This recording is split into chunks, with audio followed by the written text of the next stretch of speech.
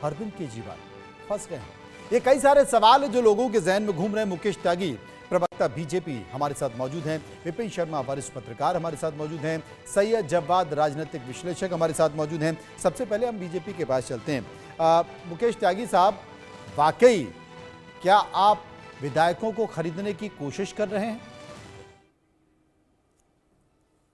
देखिए, विपरीत बुद्धि विनाश काले। मैं समझता हूं शुरुआत बड़ी गड़बड़ हो गई है। मुकेश जी, आपका ऑडियो ठीक नहीं आ रहा। मुकेश जी, आपका ऑडियो ठीक नहीं आ रहा। मैं पीसीआर से कहूंगा एक बार मुकेश जी का ऑडियो ठीक करें, उसमें डिस्टर्बेंस आ रहा है। सैयद जव्वाद मेरे साथ मौजूद हैं। जव्वाद साहब, क्या है ये बयान? क्या है ये? सिर्फ सियासी बयान है या इसमें कोई हकीकत है? जी, बहुत बहुत धन्यवाद आपको और आपके सभी दर्शकों को मेरा जय हिंद जय संविधान। देखिए, क्या है, चुनाव से पहले सभी पॉलिटिकल पार्टी जो है बाड़ेबंदी करती हैं और अरविंद केजरीवाल साहब को शायद ये पता है कि भारतीय जनता पार्टी किस तरीके से जोड़ तोड़ की राजनीति में एक्सपर्ट है। इसका उदाहरण हम लोग ने महाराष्ट्र के अंदर भी देखा और जो है दूसरी जगह पे देखा, हमने जो है मध्य प्रदेश के अंदर भी देखा था और तमाम जगह पे देखा। तो वो इस चीज़ को हो सकता है जानते भी हों। ये तो अब जांच का विषय है। अब जैसी जांच अगर होगी तो पता चलेगा किस किस ने ऑफ़र दिया। 15-15 करोड़ के ऑफ़र दिया, लेकिन मुझे लगता है ऑफ़र जो है बहुत सस्ता दे दिया बीजेपी ने इस बार। थोड़ा महंगा ऑफ़र होता तो शायद जो है वो सोच भी सकते थे। लेकिन राजनीति के अंदर लोगों का जिस तरीके से ज़मीर मर गया है, उसको भी देखने की बड़ी ज़रूरत है कि आप राजनीति के अंदर जाते हैं, बड़े बड़े वादे करते हैं, हम कट्टर ईमानदार हैं, और फिर आपके ऊपर ही आरोप लगते हैं। आपकी नीतियाँ ऐसी रहीं जिसके ऊपर आपको जेल भी जाना पड़ा और आप खुद जो हैं अभी पूरी तरीके से मुकम्मल तौर से बाहर नहीं हैं। कल रिज़ल्ट आने वाले हैं, तो एक बहुत बड़ा ये स्टंट है, इसको लोग सब जानते हैं। लेकिन हाँ, भारतीय जनता पार्टी जिस राजनीति में एक्सपर्ट है, तो मुझे लगता है कि उस राजनीति को समझ रहे हैं, इसीलिए वो ये पॉलिटिकल स्टंट जो है वो कर रहे हैं। हालांकि इससे कोई अब ज़्यादा फ़र्क पड़ने वाला नहीं है, क्योंकि दिल्ली की जनता ने अपना मत दे दिया है। 17-18 घंटे ही रह गए रिज़ल्ट आने में। क़यामत की रात जो है वो लोगों के ऊपर से गुजरने वाली है। मैं तो सिर्फ शुभकामनाएं दे सकता हूं लोगों को। लेकिन हाँ, इस पूरे चुनाव के अंदर मैंने एक चीज़ देखी, ये चुनाव मैनेजमेंट वर्सेस जो आपकी एजेंसीज थी, उनका चुनाव मुझे ज़्यादा लगा कि आपको चुनाव के अंदर एक अच्छा मैनेजमेंट बैठाना था, जिसमें मुझे लगता है अरविंद केजरीवाल साहब चूक गए। और आपको पता है किस तरीके से चुनाव के अंदर भारतीय विपिन शर्मा हमारे साथ मौजूद है। विपिन शर्मा जी, क्या कहेंगे आप? देखिए, मैं होलिस्टिक दृष्टिकोण रखूंगा। यहां पर जरूरी बात है कि आप सिक्के के सारे पहलुओं को समझें। मुझे सबसे पहले आपत्ति है टाइमिंग को लेकर, और जब मैं टाइमिंग की बात कर रहा हूं, मेरा इशारा दोनों राजनीतिक दलों की तरफ है, आम आदमी पार्टी की तरफ भी और भाजपा की तरफ भी। कि पहले भाजपा से शुरू करता हूं कि यहां पर अगर जो एग्जिट पोल सब कुछ ये प्रोजेक्ट कर रहे हैं कि यहां पर भाजपा की सरकार बनने जा रही है 8 फरवरी को, तो ऐसी परिस्थिति में क्या नौबत आन पड़ी कि आप लोग एसीबी की टीम को भेज देते हैं यहां पर, क्योंकि ये तो किसी को बताने की आवश्यकता नहीं है, क्योंकि कई आरोप, गंभीर आरोप आम आदमी पार्टी ने पहले भी लगाए हैं भाजपा पे। तो अभी जब कुछ घंटे रह गए हैं चुनावों के नतीजे आने में, तो ऐसी क्या नौबत आन पड़ी। दूसरी बात है कि अब आम आदमी पार्टी के लिए बोलूंगा कि क्या कारण है कि ये जो सिलसिला चल रहा है, ये जो घमासान मचा हुआ है गंभीर आरोप लगाने का, ये थमने का नाम ही नहीं लेता। अभी क्या आप कोई भूमिका बना रहे हैं कि कल मान के चले हाइपोथेटिकली, मैं एग्जिट पोल को कभी एग्जैक्ट पोल नहीं बोलता, बतौर पत्रकार जो मैं समझ रखता हूं, हमें जिम्मेदारी से अपने विचार रखने चाहिए।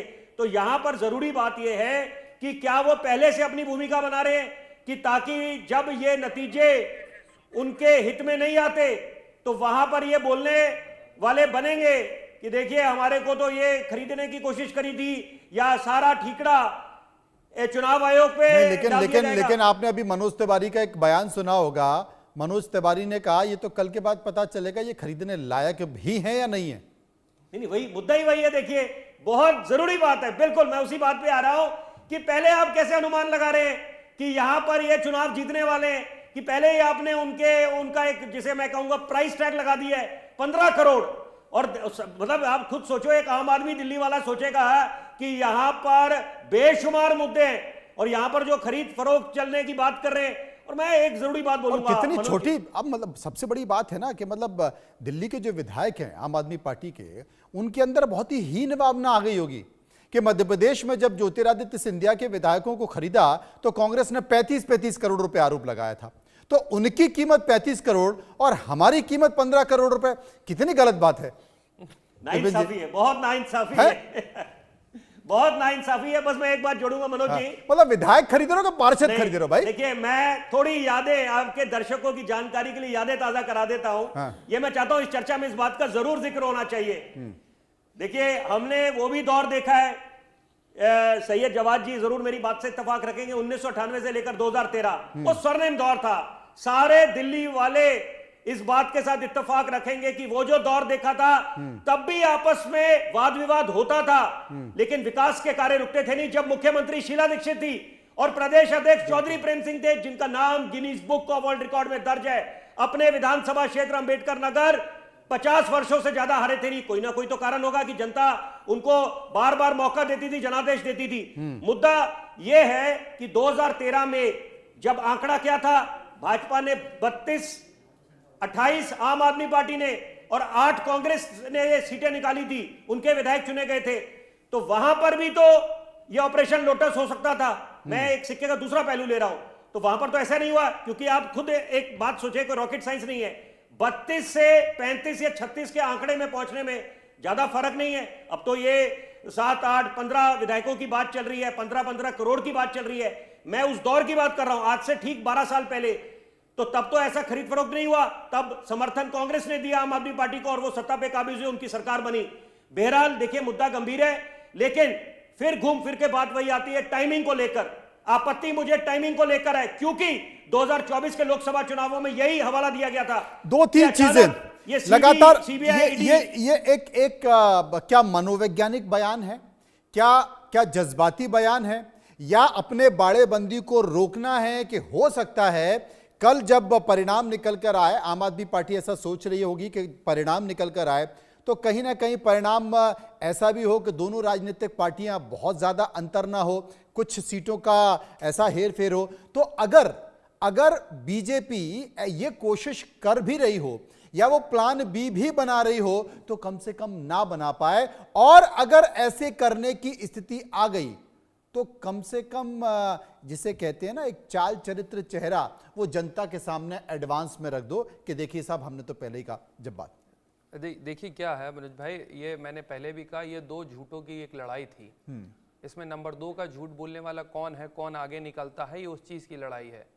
अब ये जो चुनाव जिस तरीके से संपन्न हुआ, आरोप प्रत्यारोप, एक तरफ चुनावी वादे थे, एक तरफ चुनावी जुमले थे, एक तरफ शीश महल था, एक तरफ राजमहल था, एक तरफ दिल्ली की जनता और आम लोग थे। लोगों ने जो चुनाव देखा, जो उम्मीद थी, उनकी तवक्को थी, वो आगे जाकर के नहीं पहुंच पाए, जिससे अरविंद केजरीवाल साहब ने 10 साल के अंदर अपना एक ऑरा बनाया। तो वो अपने आप से ही लड़ रहे थे, क्योंकि उन्होंने अपनी छवि जो बनाई थी वो कट्टर ईमानदार की बनाई थी, कट्टर जो है कि हम जो है देशभक्त हैं, और अलग नैरेटिव उन्होंने बना करके करा कि हम आएंगे दिल्ली को जो है बिल्कुल फॉरेन के तरीके से बना देंगे। हालांकि वो नहीं हो पाए। लोगों की एक्सपेक्टेशन को आपने इतना बढ़ा दिया कि वो अब आपसे ज़्यादा की उम्मीद कर रहे थे। तो आप क्या लेकर के आए 2100 रुपये का वादा, हालांकि वो मुझे नहीं लगता कि मुकम्मल हो पाएगा। दूसरी सबसे बड़ी बात कह रही है, अब हल्कों में of the record, of the cameras बहुत से लोग भारतीय जनता पार्टी के ये कहते थे कि 50 से ऊपर अगर सीटें आएंगी तो भाई बात है, और अगर 50 से नीचे आई 34, 35, 36, 40 तो भारतीय जनता पार्टी अपने जो है जो उसका स्टाइल है, ऑपरेशन लोटस कमल जो है वो अपना चला सकती है। अगर 50 से नीचे अगर अरविंद केजरीवाल आते हैं 40-42 तक तो संकट उनके ऊपर खड़े रहेगा, क्योंकि पार्टी के अंदर बहुत ज्यादा नाइत्तेफाकी अरविंद केजरीवाल को लेकर के आए, बहुत अंदर घमासान है, ये खुद अरविंद केजरीवाल और भी ये भी हो सकता है कि अरविंद केजरीवाल संवैधानिक कारण को लेकर मुख्यमंत्री ना बन पाए। अगर वो मुख्यमंत्री नहीं बन पाए तो मुख्यमंत्री कौन होगा? क्या मुख्यमंत्री आतिशी होंगी? अगर आतिशी मुख्यमंत्री तो बहुत सारे ऐसे उम्मीदवार नहीं, उन्होंने जैसे एक मंत्री जो परिवहन मंत्री थे वो चले गए, ये गहलोत साहब चले गए क्योंकि उन्होंने नाराजगी दर्ज की कि मुख्यमंत्री दावेदार मैं था, आतिशी को बना दिया गया, बात तो मुझसे हुई थी, कमिटमेंट मुझसे हुआ था, मैं दलित चेहरा था। तो हो सकता है कि और भी लोग निकल कर आ जाएं। नहीं, देखिए क्या है, खुद अरविंद केजरीवाल साहब, मैंने बताया पार्टी के अंदर बहुत से लोगों की नाराजगी है, और खुद आतिशी कह चुकी हैं कि मैं चीफ मिनिस्टर नहीं होंगी। तो लोगों की जो उम्मीद इंटरनली थी, अब हो सकता और लोग भी सपना देख रहे हो कि अगर आतिशी बन सकती हैं तो मैं क्यों नहीं बन सकता या मैं क्यों नहीं बन सकती, मेरा ज्यादा बड़ा योगदान है, वहां पर इस चीज की भी खींचातानी है। ये स्पेकुलेशन है, बिल्कुल सही कह रहे हैं आप। नहीं, लेकिन नहीं, लेकिन उसका जिनको उदाहरण- विधायक जिनको फोन गए हैं आम आदमी पार्टी, अरविंद केजरीवाल कह रहे हैं ना कि कई हमारे 15 10 सेकंड और दे दीजिएगा। 15 आप वापस आ रहे हैं, उन विधायकों ने क्या कहा एक बार वो सुन लेते, आपको ज्यादा बोलने का मौका मिलेगा। गाली गलौज पार्टी के एक सदस्य मेरे पास आए थे और उन्होंने मुझे कहा कि अगर रिजल्ट से पहले आप पार्टी ज्वाइन करते हैं तो आपको 15 करोड़ रुपए, और अगर आप किसी को लेके आते हैं तो आपको मंत्री का पद। तो मैं हैरान हूँ, इनके सर्वेज इतने अच्छे आ रहे हैं और ये क्लियर मैंडेट बना रहे हैं तो क्यों ये हमारे पास आ रहे हैं। तो इसका मतलब ये सर्वे सारे फर्जी हैं, कहीं ना कहीं झूठ का पुलिंदा है।